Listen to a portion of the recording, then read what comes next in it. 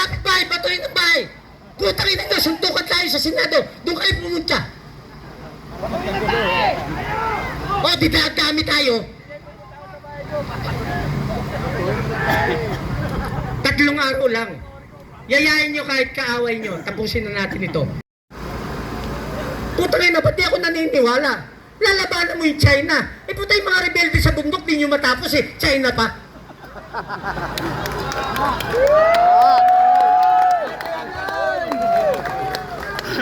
Marawi pa nga, nahirapan na. Sa mga kapatid natin pulis, pasensya na kayo, minsan nagkakaroon ng friksyon. Ginagampanan nyo trabaho nyo, yung galit ng taong bayan nakikimkim. Gustong pakawalan. Nagagalit ang taong bayan, pagka mas kinakampihan nyo, yung makabayan, yung liberal, yung Marcos, kaysa sa mga nagsasabi ng totoo. Sinong di magagalit doon? Kahit na mga elementary, bangag. Yung apo ko nakita sa TV, sabi ng apo ko, bangag. Nagtaka ako eh. Alam na natin lahat, majority. Wala na tong gobyerno natin, wala na to. Yung sinasabi niya iba eh. Kaya nalalagbok yung bansa natin. Paano kung hindi pala kaya ni BP Sara? Kaya ninja yan. Nanawagan ako sa kanya, sumagot siya. Ang sagot niya maganda. Gusto kong makita ng taong bayan kung gaano kasama si BBM hanggang katapusan. Ulitin ko napanood niyo ba yon? Gusto niyang matapos. Ang sasabihin ko sa kanya, BP, simula sa araw na ito hanggang sa 2028, isang taon mahigit pa. Yan, gap na yan, gap, galing ngayong araw hanggang sa 2028, yan gap na yan. Nag-i-invite tayo ng more disaster to happen. Baka pagdating ng 2028, iba na senaryo. Maraming pwedeng mangyari. Ulitin ko, hindi tayo sumisigaw ng unconstitutional, extra-constitutional. Wala tayong sinisigaw sa military. Sinabi nila magnanakaw si Gregor. Ang ibang palit na natin. Sila, tayo na.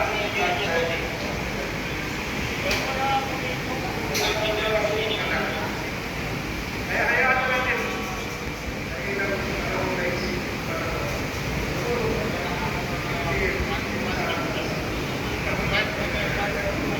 Nakita naman natin. Isa na sila.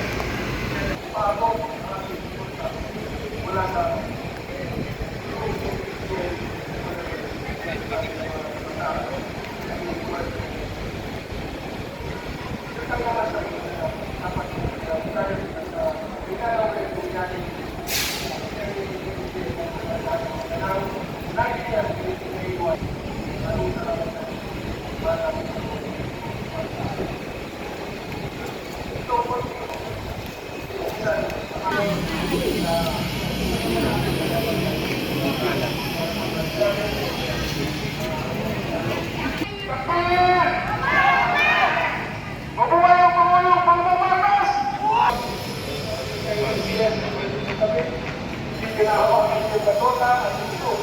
mula sa sino po bibili po ang ginawa namin. Capture kayo dahil nakikita natin.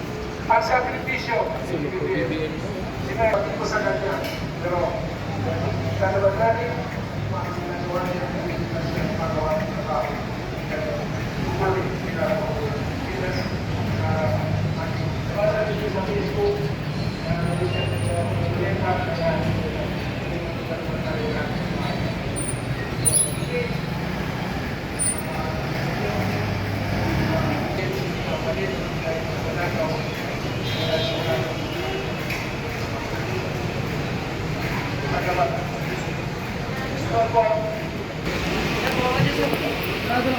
Asa na ba? Uy, ano ka?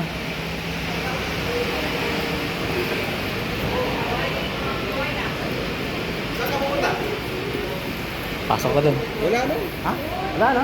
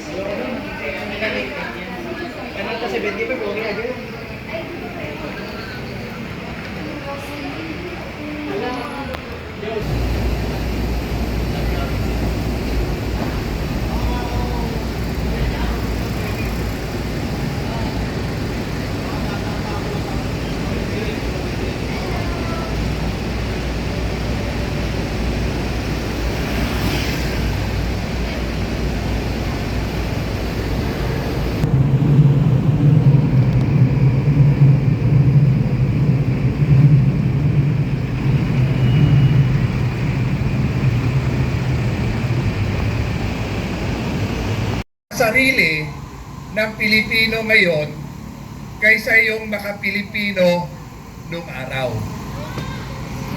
Mahilig, buti pa sa cellphone, madalas may selfie.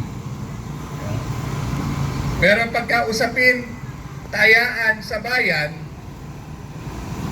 para kang nakipag-usap sa bangag na tao. Ang pagbabago po magsisimula sa ating sarili.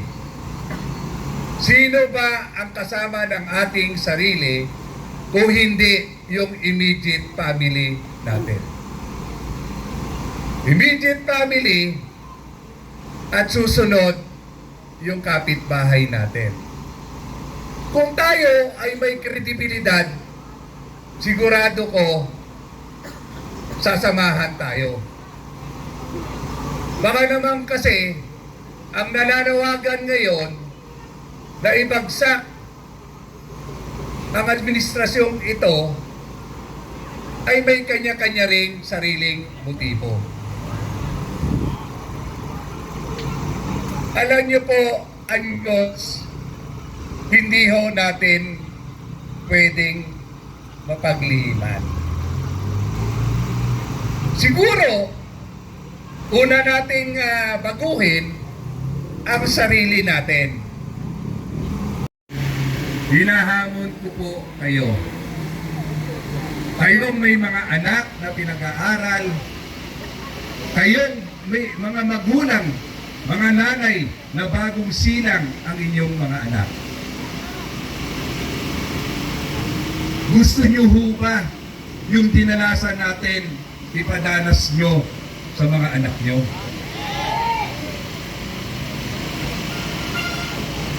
Hindi na ho tatagal pa ng ilang taon, pangkarote na ang bayang ito. Ang dami nating pera, mali-mali ang pera, hindi lumalabas dahil nakatago lang sa kanilang tahanan ang perang para sa bayan.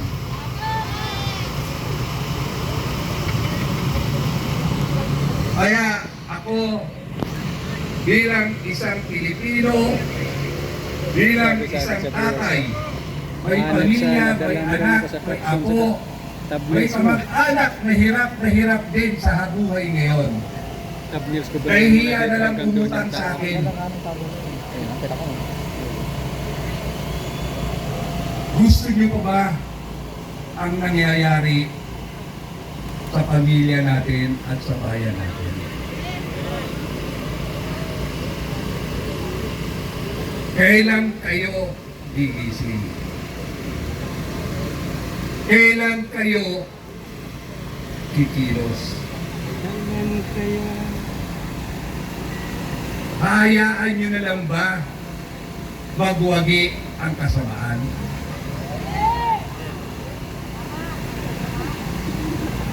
Alam nyo, itong mga naka-orange na to, 28 years ko nang kasama as volunteer ng Quezon City Anti-Crime. Sila yung hinamak ni Ben Tulfo na nagbabantay daw kami sa Commonwealth Avenue at sa Quezon City, nangahabol na mga snatcher at horn-upper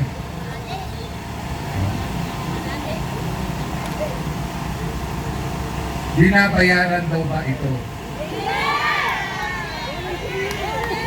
Tumanda na ho ang mga membro ng Quezon City Anti-Crime, pero ni payroll galing sa bayang ito, wala akong natanggap yan.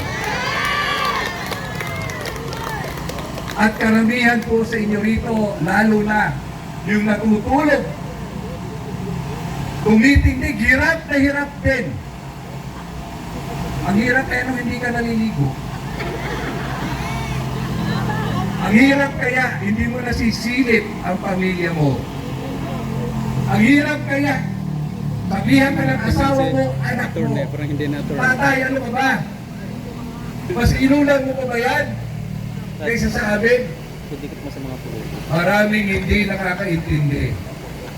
Pero saludo ko sa mga taong tumatayo para sa bayang ito. Kayo ang nagbigay lakas sa akin na tumindig at samahan kayo sa labang ito. Nawa, lalong-lalo na yung kapwa senior citizen ko, nagkukwentuhan na lang.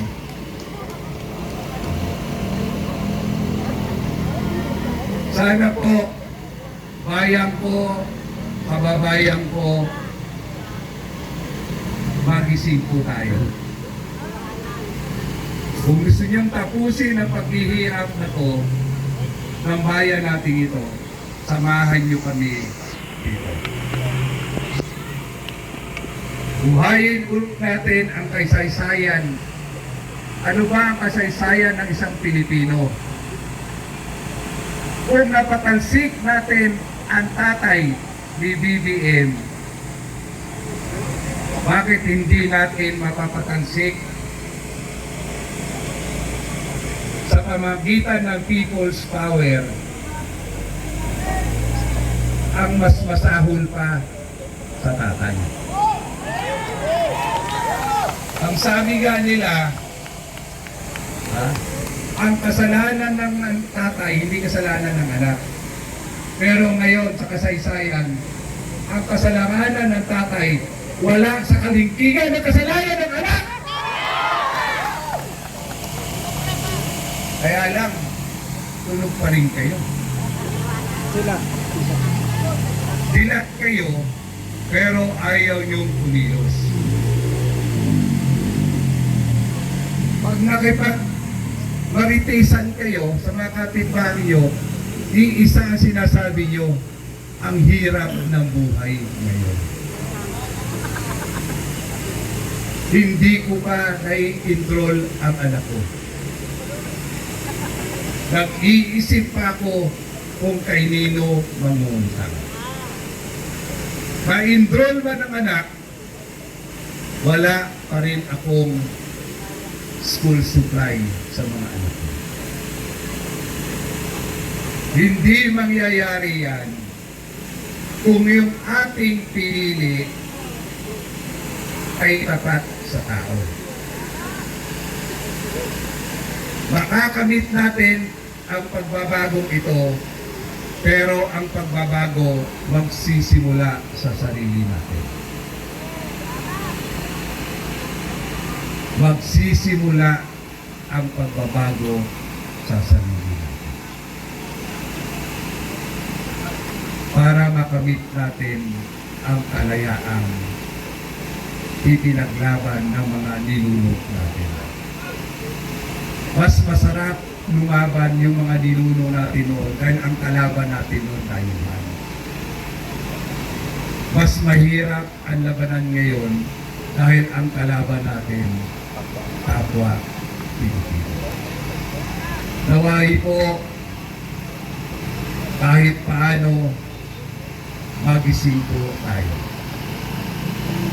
Ang labang ito, laban nating lahat.